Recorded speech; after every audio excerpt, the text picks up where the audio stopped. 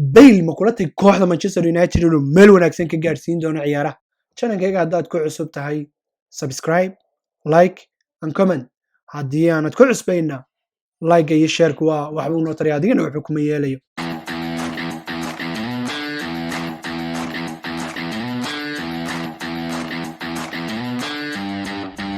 Assalaamu calaykum waraxmatullahi wabarakaatu. Waaga football show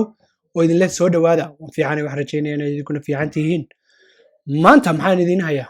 Maanta waxaynu ka hadli doonaa laba qodob. Qodob waa qodobkii ciyaartoyga kala iibsiga. Qodobna waxa weeyaan Chelsea iyo halkay isla marayaan 30 ciyaartoy istul keeneen. Qodobka koowaad haddaan isha ku dhufto James Rodriguez oo Everton ku biiray.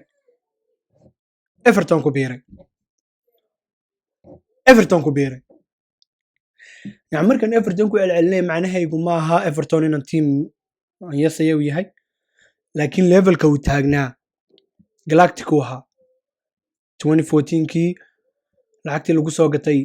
ee lagu keenay Real Madrid intay ahayd seasonkiisii ugu horreeyay Real Madrid sidoo starka uga ahaa iyo halka uu hadda Everton marayo weli isagoo 30 jir gaarin maxaa ku dhacay haddaba James Rodriguez mustawiisi hoos u dhigay because when ogna Everton meeshuu taagan yahay inay ka hooseyso maxaa James Rodriguez hoos u dhigay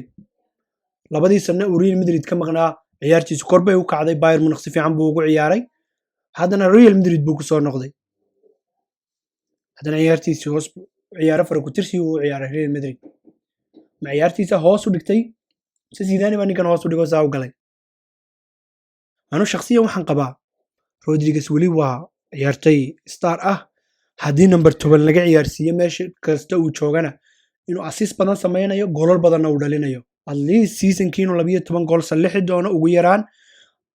6 ilaa 12 goolna uu dhalin doono waayo ciyaartay free kick-yada dhaliyo weeyaan goolal fiican oo aad u fogna dhaliyo weeyaan laakiin ninkan ciyaartiis waxa hoos u dhigay sababayna inuu maanta Everton ka soo dego number 1 waa Ancelotti oo ah coach soo tababaray markuu Real Madrid joogay Bayern Munich ka haystay markuu Napoli joogayna doonayay inuu ka haysto haddana kiiba keensaday Everton marka kaas waa number 1 ciyaartiis kor buu soo kicinaya coachkan waa coach yaqaan asal loogu ciyaaro James Rodriguez ama positionkiisa ugu fiican taas waa kow talabaad waa Zidane oo rumaysnayn waa Zidane waxaad moodaa inuu ciyaartoyda qaar jecel yahay hadduu coachku ciyaartoyda qaar jeclaadana amba xumaadana amba fiicnaadana meel ma gaarayo ciyaartoygaas uu coachkaasi fadhiisinayo marka James Rodriguez waxaas haysto hadduu maanta iska soo kaco Real Madrid iska ka ciyaar badanaya lama eegiyo muxuu James qabtay oo kale taana waxaan u arkaa coachka inuu cidun iska jeclaaday aan James Rodriguez ciyaartiisa loo fadhiisan last year isagoo u socda kooxda Atletico Madrid ciyaari saaxiibtinimo Real Madrid waxay u dhiibtay 7 gool iyo gool ma ahayd 7 gool iyo 2 sababta awgeed baa loo kansalay heshiiskii uu ku tagi lahaa Atletico Madrid waxay islaadeen haddaaba bilaa James Rodriguez leedin dhiibay 7 gool haddii isagana aad ku dartaan 7 baa leedin dhiibi marka ninkaas Zidane baa ceyrkii ka reebay mustawiisi hoos u dhigay waxaan leeyahay Rodriguez oo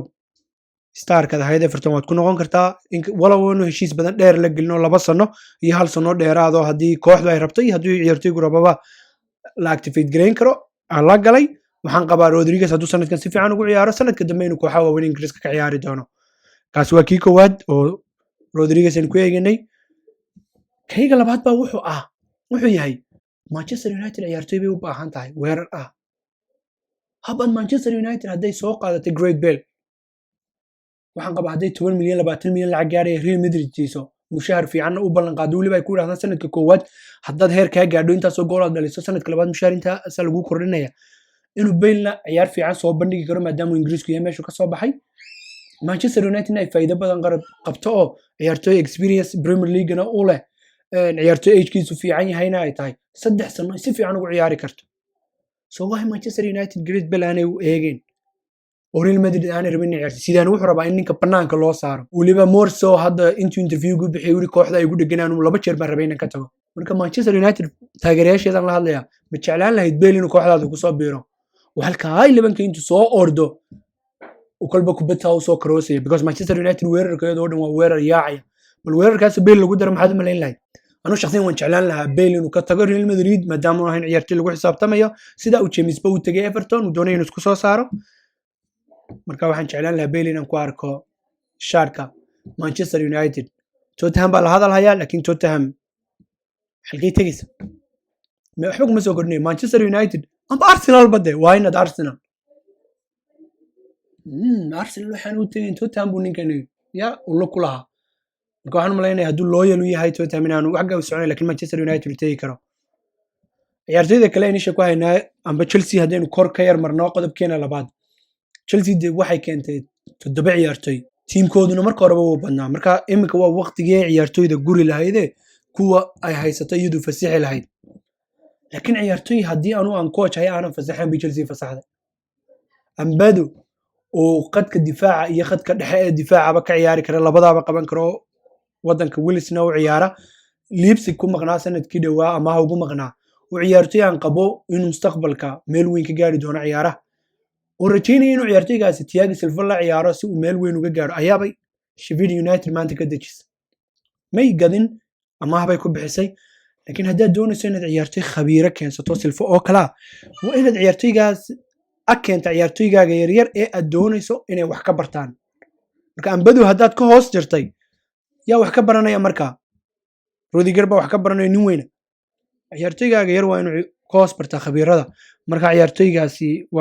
waxaan u maleynayaa Chelsea way qoomamayn doontaa walow haddii uu ciyaartoy noqdo first teamka Sheffield ciyaara oo seasonka oo dhan ciyaara oo khibrad kalena meesha ka sii heli doono walow inay waqtigaa sheegi laakiin imika Chelsea ciyaartoy badan bay ku qasbantay inay fasaxdo oo tiimkeedu inuu badan yahay mushaarkiina inay iska yaraysay doonaysaa imika Bakayoko oo kale Milan baa rabtay laakiin lacagtii baa la isla garan laayahay Batshuayi oo kale Leeds United baa rabtay lacagta isagana waxay rabaan maadaama heshiiskiisu sanadka dambe uu dhamaanayo inay lacagta u kordhiyaan oo heshiis la sii galaan way amaah ku bixiyaan amaahda ay rajaynayaan inuu kooxda u ciyaaro si hadhow tole sanadka dambe u iibiyaan because waxaan ay doonayaan ninka 40 milyan bay ka bixiyeen maxay rabaan in lacagta ugu sii kordhiyaan inuu sanadkan si fiican isku soo saaro oo sanadka dambe faa'iido ka helaan Chelsea is all about faa'iido waana wax suuragal ah haddii kooxda uu tago si fiican ugu ciyaar inay faa'iido ka heli doonaan Bakayoko ay doonayaan inay faa'iido ka helaan laakiin hadday 40 milyan bixiyaan 20 milyan ka helaan ama 15 milyan at least waa lacag soo xarootay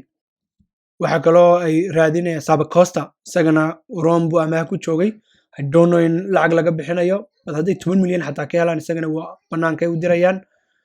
Emerson Inter baa doonaysay laakiin Inter waxaad moodaa hadda inaanay uba soo jeedino ay odayaasha urursato oo positionkiisa ay sign gareysay ciyaar Kolarov oo kooxda Roma ka kaxaysatay marka Emerson iyo Alonso labada mid way ku qasbayeen inay diraan waa saddex left back maxay geenayaan marka Ruben Loftus-Cheek I don't think inay dirayaan but isaga laftigiisa ama haday ku keenin lahaayeen kooxaha Premier League isagana wax weyn bay u tari lahayd kooxdana waxay u noqon lahayd ciyaartoygeedii experience buu sii helayaa time badanna garoomadu ku jiray haddii sanadkii damaadii soo celiso wuxuu noqon lahaa nin meel fiican ka sii gaadhay ciyaaraha Jorginho isaga waa saasaa la leeyahay because I don't think koox hadda qaadan Man City baa doonaysay last year but I don't know hadda qaadanayso Chavansna way doonaysay laakiin Sarri waa ku yeeriyay marka way jeclaan lahayn haddii heli lahaayeen cid ka iibsatay Jorginho inay iibiyaan marka Chelsea hadda waxay joogtaa warkaalayo naga shopping gareysta maanta on sell baa lagu soo qorayaayo 50% 20% 30% hatta 75% bay gaarayaan marka kooxdaada hadday wax u baahan tahay yaa jeclaan lahayd Chelsea inay kala wareegto waqtigaa sheegi doonta Chelsea iyo waxaas ciyaartay meesha kala maraan insha Allah waaga football show oo idin leh kulanti dambe oo xiiso leh